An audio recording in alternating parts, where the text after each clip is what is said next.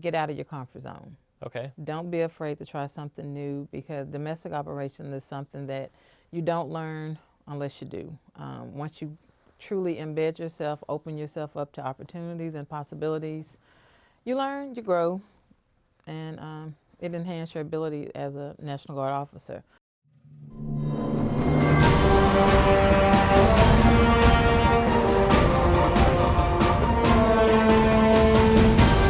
Welcome back to Leaders Recon. Today we have Colonel Williams with us on our third episode talking about domestic operations. Ma'am, welcome to the program. Well, thank you so much for having me. I'm looking forward to sharing and talking about how we invite our partners into what we do to respond to domestic operations. Yeah, so can you, before we dive into that subject of like, working with other organizations, because that's what we're talking about, and all these interagency relationships, what is, what was your background that led you into this kind of role that you're in now here on the Joint Staff? So that is a great question. I actually have three branches. I'm an engineer officer, I'm a chemical officer, which I love, and I'm also a military police. And those three branches comprise the maneuver support, which we're the ones that provide assistance to, the combat arms. But from my side of the house, as an engineer, I worked on a lot of environmental work. And through the environmental arena, you work with a lot of partners. You work with EPA, you work with state regulators. And so I began to learn how to navigate those uniqueness to kind of learn how to make sure that National Guard and DoD equities were understood and exercised as we work through how to restore the environment back to its great condition. And so from that experience, I was selected to come and work in the Joint Plans Division, where we work with, we do domestic operations, homeland defense, civil support. We also do the global response effort. And most recently, we got added the Joint Interorganizational Plans branch, which is what they're responsible for fostering those relationships with our state, local, and federal partners. So you're like right in the wheelhouse then. You're the right person to talk to about this.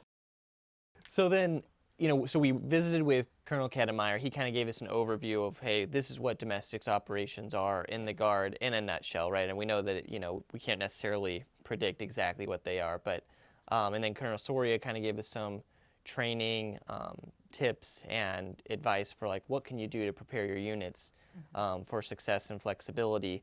And so now we're talking about these interagency relationships. What are some of those like partner agencies that you've seen from your foxhole that Guard units, states, organizations have worked with, on a fairly habitual basis, and what are a couple that might not expect to work with? So for the most part, we always work with FEMA. We work with the Department of Health. We also work with the state emergency operations centers. We work with the fire departments, local law enforcements, and we also work with Office of the Secretary of Defense, Department of Defense, and some that you may not know about. One of them is called Team Rubicon. Okay. Which Team Rubicon is actually an organization where they try to get veterans to come back and donate their time to volunteer for disaster response operations. So they're a new partner that we look at. And then another one is Operation Barbecue Relief, which is another nonprofit organization. And what they are designed to do is feed first responders and also communities that are suffering from the effects of disasters. So how does that typically work, I guess from like a command and control perspective, since a lot of these, especially like your state active duty missions and stuff, are state mandated? Does the Guard take usually like a leadership role in those, or how does that like command and control work if, we have Hurricane XYZ hits the state of Florida once again, Right. And the Guard gets called up, what does that typically look like? So we, the National Guard, are never in a leadership role. We are always in a support role. So our partners will always run the incident command post, and we're just there to augment their staff and provide them advice on how to utilize and employ National Guard assets. So then is that what you see a lot of the communication piece, just like almost like education piece on like capabilities of the Guard when it comes to the various situations, or what is that typical, I guess like that inside that incident command post, that relationship between, I don't, what would you call that? Senior guard advisor, LNO? Right. Like what's that? So you are spot on. So a lot of people know what the National Guard does. They know Okay. who we are and where we reside. What they don't always understand is what do our capabilities, what do we actually bring to the fight? So they see our big trucks, they see certain types of equipment, they know that you have it, but they don't know exactly how to use it. So we kind of try to embed personnel that know how to reach back to National Guard or actually have the personal knowledge that they can speak to what capabilities the National Guard brings to this response operation. And are those like positions that are held for long term for certain agencies, or how does that work? Like, do we have LNOs embedded on an ongoing basis in various federal agencies or at the state level? Or what are some of the things that you've seen in various different? So, we're in a resource constrained environment. Everybody's fighting for resources. And so, what we try to do with FEMA, for example, we do have LNOs at some of the federal partnership headquarters. Okay. And with our FEMA LNOs, they sit in the plans office to where they help write the plans that'll help respond to the national disasters and also national level exercises. Then we also have LNOs that support FEMA to try to serve as that coordination piece. So they kind of work with the emergency support functions to kind of identify how the National Guard could be better integrated into Okay. the response plan. At the state level, a lot of the state's emergency operations centers are co-located with their Joint Force headquarters. And so Okay. they already have those embedded relationships there so where they can immediately track and know how to respond to whatever the state requires them. And how does that communication usually work? Have you seen from the state level, to the federal agencies? If you have, if the federal agency gets involved for some reason, Right. So we know communication is essential in anything that we do. Communication is how we build our relationships, how we build our partnerships. But some of the things that is lacking with those communication is how do we create that common operation picture? Okay. How do we make sure that the information is getting shared with our partners so that we're all operating with the same knowledge? And so we've noticed that the information flow, and it's not just one-sided. Sometimes we have to reach out to FEMA and pull that information, and vice versa. They have to reach out to the National Guard and pull what information they need. So we do try to facilitate open lines of communications. They work better when we have LNOs that are actually embedded with that organization because at that point, that LNO is your ears into that organization. They're going to be the ones attending the meetings and communicating and negotiating with all of the federal partners, and then they can actually reach out and say, hey, this is what I'm hearing, this is what may be coming down the pipeline, or here's some information that might help facilitate your planning efforts. So I guess looking at it from a battle rhythm approach on an ongoing basis versus an operational approach when you have an ongoing, response, National Guard response to some sort of operation, what are those communication methods that LNOs use both, I guess, to connect with their units and those agencies on an ongoing basis? Right. So traditional communication means are phones, emails, but with COVID, we've learned that we have to be more innovative in how we communicate with our partners. So for instance, collaboration tools such as Microsoft Teams, Skype, Zoom, those are growing more and more in usability. And so we need all of our personnel to accept and adapt these changes in technology, embrace these technologies, because these is how our partners are learning to communicate. Because in the COVID environment, 9 times out of 10, your partners are not working in an office, in a traditional office setting. Most of them are working from home or in another remote location. So if you're relying just on the phone and the email to reach those individuals, they may not always have access to those means. So you do have to be a little more creative in how you choose to reach out.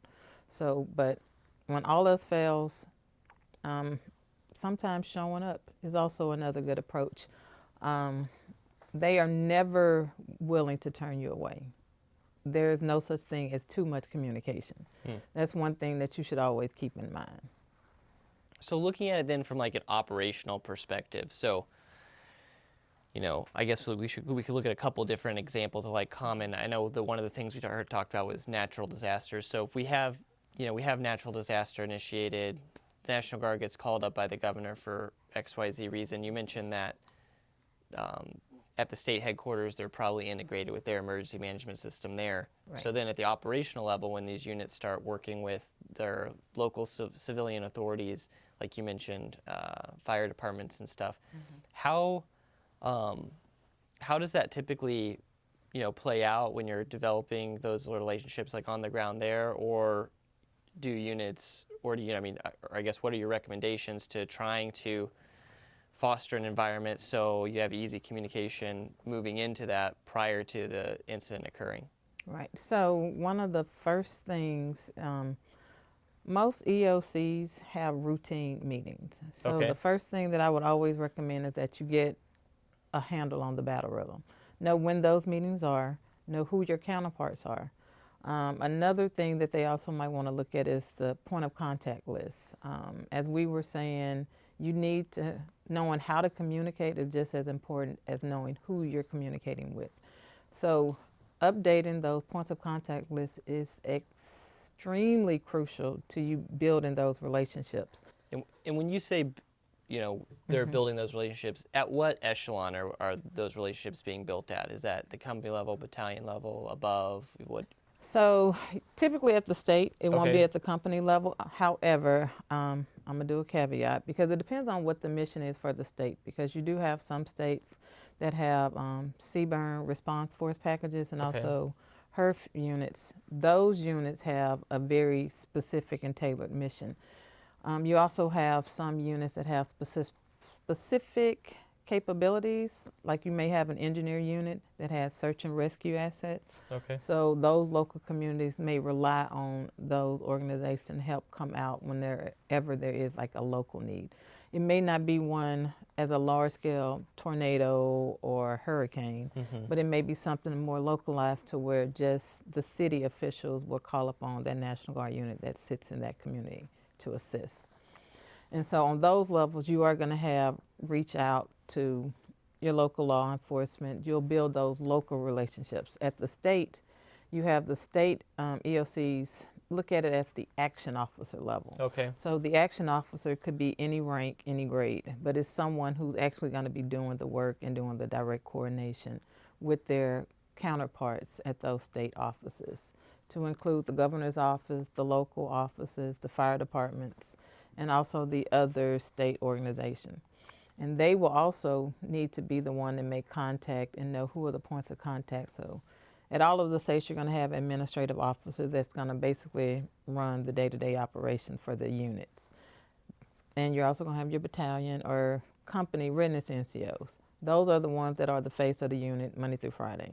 So you need to know who your POCs are at the Armory so that you know who to contact in the event of a disaster. And that's how you build those working relationships so that you already have a baseline. Because one of the key buzzwords that my team actually mentioned to me was, it is so much better to show up at an incident and people say, how are you doing versus who are you? So you want to build those relationships so that all you're doing is fostering and building upon what you've already established. And through that, you're going to get mutual trust, you're going to get a shared understanding, and you're also going to get mutual respect for what you bring to the fight, as well as appreciating what your partners bring to the fight as well. Speaking of that, is there, obviously you have a huge variety of backgrounds, but like, have you been involved directly with some of these domestic operations at an operational level or a coordination level? And if so, can you kind of walk us through like your experience?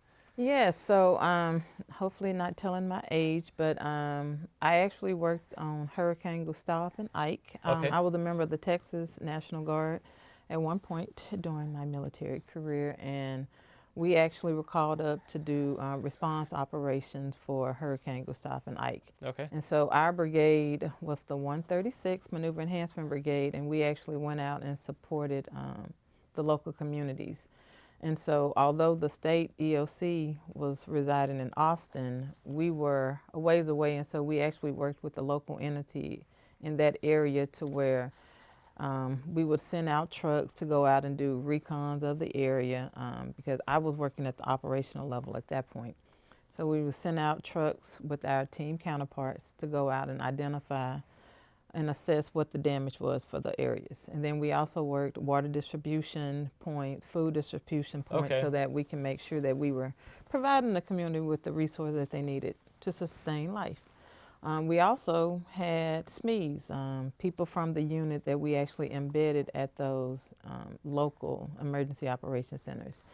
Because another thing, people understand that the Guard has all these equipments, but is it available? And you know, at the unit level, only the maintenance personnel that work can tell you, well, yeah, we do have a blivet, but it hasn't been certified. It isn't able to be used for this mission.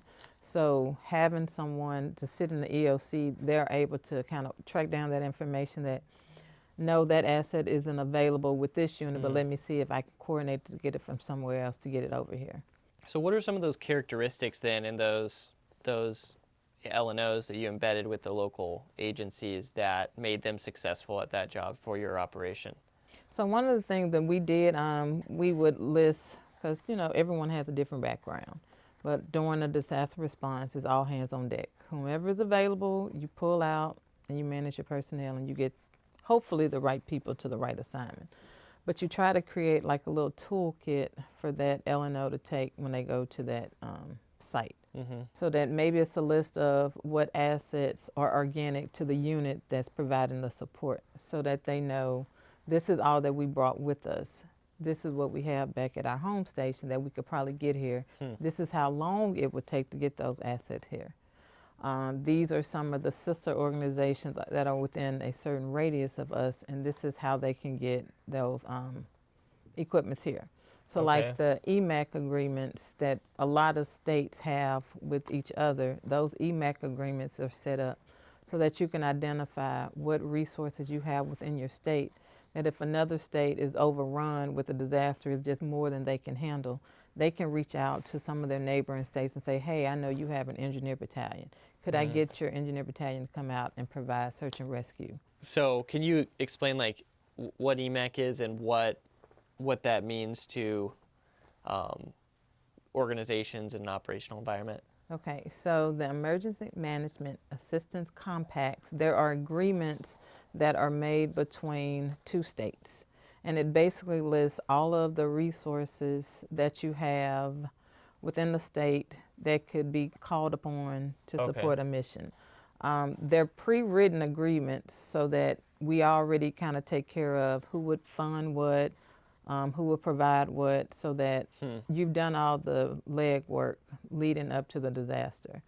It's kind of like looking at your mission response, mission readiness packages, to where you identify what resources you have, you're tracking the maintenance status of them to know if they are available for deployment or if they need maintenance. And you kind of keep those lists up to date so that when you're called upon, you're already there to respond. So that's really interesting.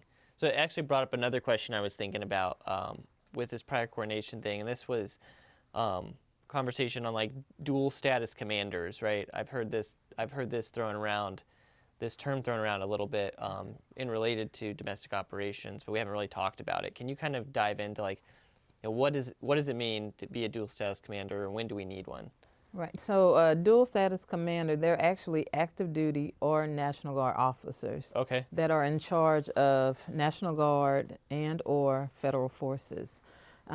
They can serve in both a federal or a state status simultaneously, and they have to go through specialized training and certification. But once they've completed their training, they are assigned mainly large scales and complex disaster operations, but they are the military leader in charge to kind of manage the military's response and support for those domestic operations. So not so much in relation to other agencies, but between compos. Right. Okay. You mentioned we built some partnerships with some volunteer organization, humanitarian type organizations. Are those just partnerships at the federal level, or have you seen or witnessed states that also have partnerships with volunteer organizations and stuff? And, you know, could you talk a little bit about that? Right. So At NGB, we work on cultivating those relationships with our federal organizations. So we Okay. work with the headquarters and the national leadership and the headquarter leadership of all the private partnerships. But at the state level, there are certain organizations, for example, Feed in America. I know about them because they have a partnership with Kentucky National Guard. And their partnership has been in place since April of 2020. And Feeding America actually uses the National Guard to help manage and operate the food bank so that they can provide resources to the local communities that have been impacted by disasters. And you are a Kentucky Guardsman now, I right? am. I'm a Okay. proud Kentucky Guardsman. So, another thing I wanted to ask was, I guess, like your piece of advice. So, like from your foxhole now, having worked at the operational level, now at the strategic kind of planning level, what are those pieces of advice you would give to, I guess we'll start with state leaders on cultivating or building relationships and setting, the Guard within their state up for success. So the first thing that I would say to the states, get involved. We here at NGB are here to support the states. We have countless resources that are at the state's disposal. We can't provide support if we don't know what you need. NGB sponsors conferences. We do the Domestic Operations Conference once a year. We hold the Okay. All Hazards Coordination Workshop. And those are education forums that are built to create some type of collaboration session so that the states can interact with one another and build upon lessons learned and help to foster those cross-state relationships. Another thing that we do in the J5, we work with our partners on tabletop exercises. Okay. And the tabletop exercises, they're scenario based. We take a scenario, it could be a hurricane, it could be a nuclear detonation. And what we do, we focus it in one state. And we try to bring in all of those partners within the state to include the National Guard within that state to kind of all work together. And when the states participate in those, you're actually meeting your partners and your counterparts that if that scenario was actually come to fruition, you've already kind of established this is the plan, this is how we're going to attack it, this is how we're going to counter this disaster and respond to make sure that we come back stronger than ever. We like to call it the whole of community approach. Okay. And so we do that, and we also work with another entity, the Business Emergency Operations Center, which is a new thing. The federal partners have been doing this for years. FEMA actually does it at the national level. But at the local level, the Business Emergency Operations Center is just like the State Emergency Operations Center. Okay. But the businesses, they look at cultivating those relationships with the public and the private sectors to really facilitate the whole of government approach. And that's where you get businesses such as Walmart providing supplies and resources that the community really do need as they try to bounce back from a national disaster. So then, another question that you just sparked in my mind then on this, when we're on this topic of, talking about these agencies. I think when I talked with Colonel Kedemeyer, he mentioned that one of the things that he felt Guard organizations brought to the fight, in these kind of like whatever it is that comes up, that's a domestic response, was like the fact that we have so much education and training that goes into professional, like military education and operational and organizational skills and management style. So even though we're not in those command and control environments, I guess from your perspective, what are those things that the Guard brings to various domestic responses that you think is like, hey, yeah, this is something the Guard really has to offer outside of, obviously the medal tasks and stuff?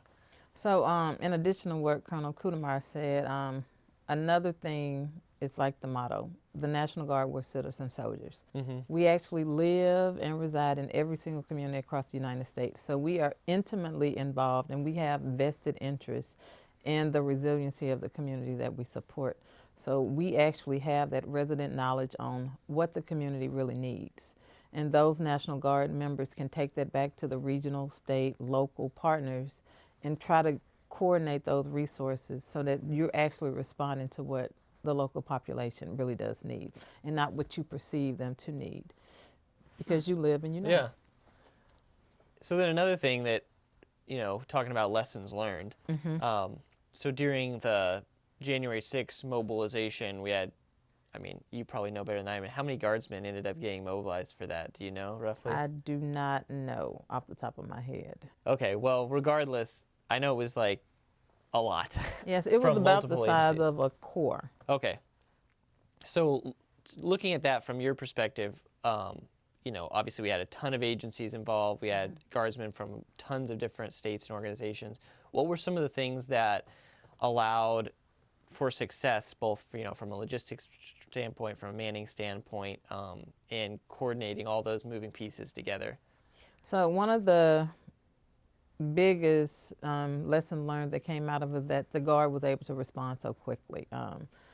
No one really expected the Guard to be able to mobilize and get forces on site as quickly as they did, but like you said, you had state forces coming from as far as Kentucky and maybe even further states that came out and provided their resources for the January 6th. So speed of response was absolutely essential to the success of the January 6th. Some of the other things were that you already have some plans in place. So although you can't have a playbook for every single scenario that you could encounter, but you do try to build baseline plans so that you have something to go to so that you're not building from scratch.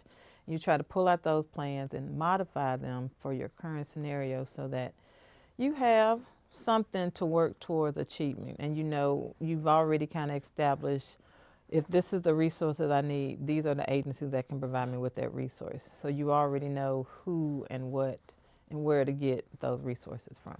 And from a state line perspective then, do you have any of the, if I was a state, and I don't know, maybe who to go to for various things, is there a way I can find the information for the various LNOs we have at the federal level to know like who are those people at the federal agencies and how do I get in touch with them?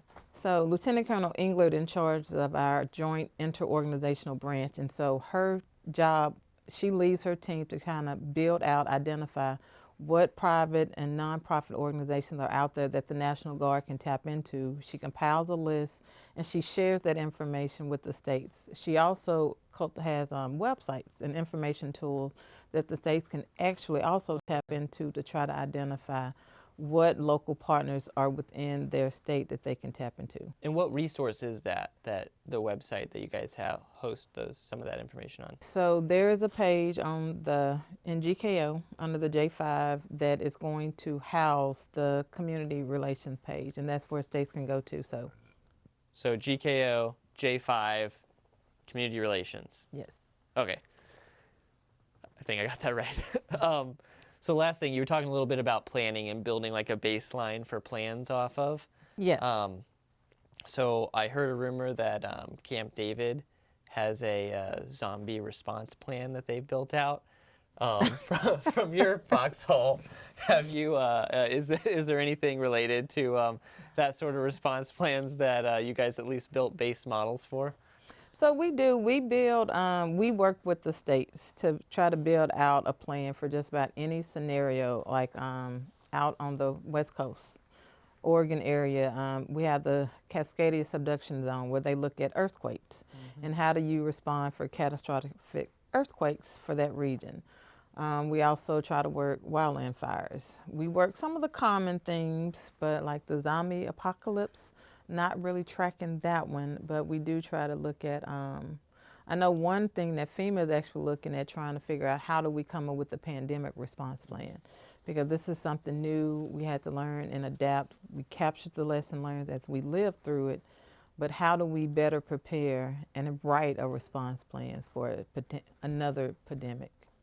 Well, yeah, and I think, it obviously, I think it's started to work because I think we saw that, I was talking with someone from Maryland National Guard the other day, and they mentioned how they had shut down their COVID response task force fall of 2021, and then when the next variant came through with COVID, they re-stood it back up, and they stood it back up within a period of less than 2 weeks. The entirety of the task force back to operational, which I feel like shows that at least we did learn something from. Yes, we are demonstrating resilience.